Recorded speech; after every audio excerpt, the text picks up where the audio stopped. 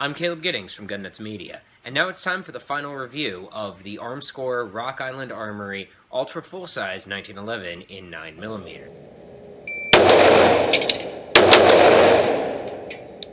To Charlie, unacceptable.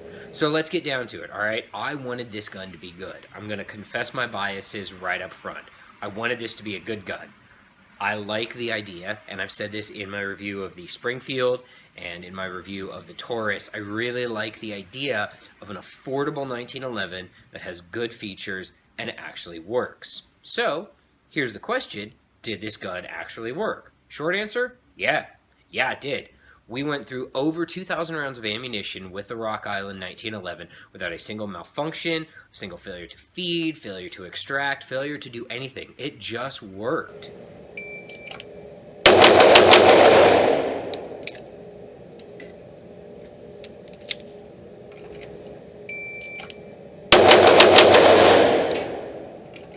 Alright, so let's talk about the gun itself. Here are the features of the gun, starting from the top and working our way down. You'll note there's no forward cocking serrations, so none of that silliness. The rear slide serrations are vertical, whatever. It has an adjustable LPA rear sight and a fiber optic front sight. I wasn't super impressed with the sights, alright? The original configuration had these with white dots. I've since eliminated that problem with a tactical Sharpie, and the front fiber optic is actually a little dark. It's darker than I would normally like for this sort of thing, but they're just fine. No problems. I don't really feel the need to knock them off the gun, and obviously certainly nothing I'm going to ding the gun for. Up next, we have the grips. They are some sort of G10 composite thingy, and on the driver's side, as I like to call it, of the pistol, they have a very nice little thumb relief cutout that makes hitting the mag release a little bit easier. They're nice. They're very grippy. They're actually grippy enough that they've abraded the palm of my hand a little bit from all the shooting. I actually really do like grips. I think they're one of the better features on the gun. One of the things that is not super duper awesome is the way the grips and the magwell are fitted together. You can sort of see we have a tapered grip and then the magwell, and then there's that kind of ugly looking gap there. But this gun costs $700, so I don't really give a crap about that. It works and it accomplishes the purpose.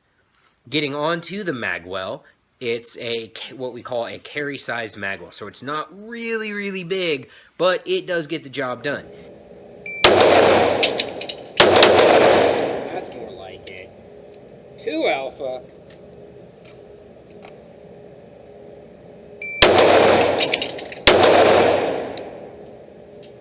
What was that? 145 reload back to an alpha? Yeah, buddy!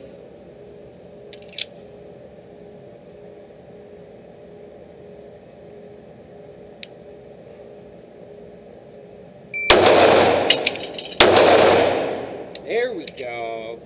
Now I'm hitting my frickin' stride. If I were going to keep this gun and use it for competition, what I would probably end up doing is ditching these grips and this magwell and replacing them with a Techwell TGO, which I've used in the past and had a lot of success with. I really like the Techwell TGO. But again, there's nothing on here that I would knock the gun for. I don't need to change them. They work just fine for their purpose. The only other complaint I have about the gun is the grip safety, or excuse me, the thumb safety. It's, how can I put this mildly? Really sharp. It is unpleasantly sharp, and again has worn some of the skin off my hand from where I've been shooting it. But it's not really an issue. It's not something that's so bad that I would consider it an armor level issue that I would need to fix. And in fact, I have no intention of changing the safety on this gun whatsoever.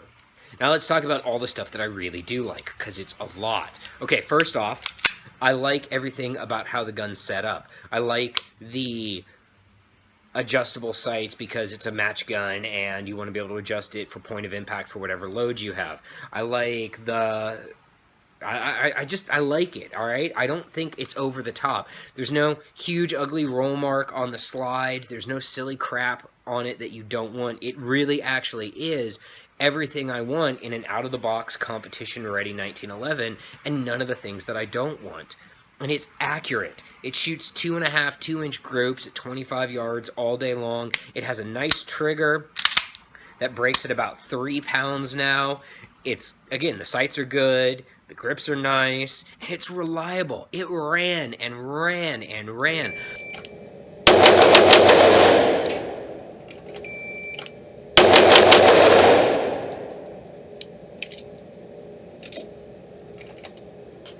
I have only lubricated this gun 2 times. I lubricated it when I took it out of the box, and I lubricated it at 1,000 rounds. It's over 2,000 rounds now. Not a single solitary issue.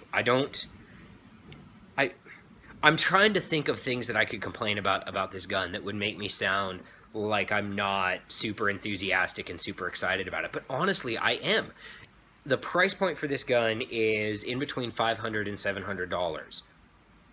$700 for an out-of-the-box, competition-ready 1911 and 9mm? Are you kidding me? That's fantastic! This is the gun that I've wanted to get in all of these tests. It's produced the result that I've been looking for. It's accurate, it's reliable, it's well set up for competition. Sure, the finish isn't great, and there's some wear on the trigger guard from where it's come in and out of the holster so many times, but who cares about any of that stuff? $700, and it's ready to go.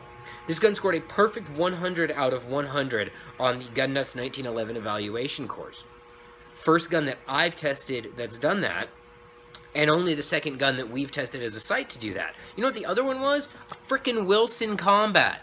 I would expect a Wilson Combat to get 100 points. This, I did not expect. I expected it to perform better than the Taurus. I absolutely did. I figured that it would probably be mid-70s to 80s. I kind of figured it would perform where the Springfield ended up performing, actually. Kind of that high C, low B sort of gun. A+, 100%. I am chuffed to bits, and I can't tell you how much I like this gun. My plan is, and I've already emailed Armscore about this, I want to keep this gun. I want to shoot it in my major matches this season. I am going to probably change out those grips for a tech well, because tech wells are super duper cool and awesome. But yeah, this gun is cool. I dig it. Thanks for watching this video. I'm glad that you've enjoyed our 1911 tests. I hope that you want to see these 1911 tests continue. If you do, please consider supporting us on Patreon, because I like asking for money. Hey, Rock Island, you made a cool gun. Woo!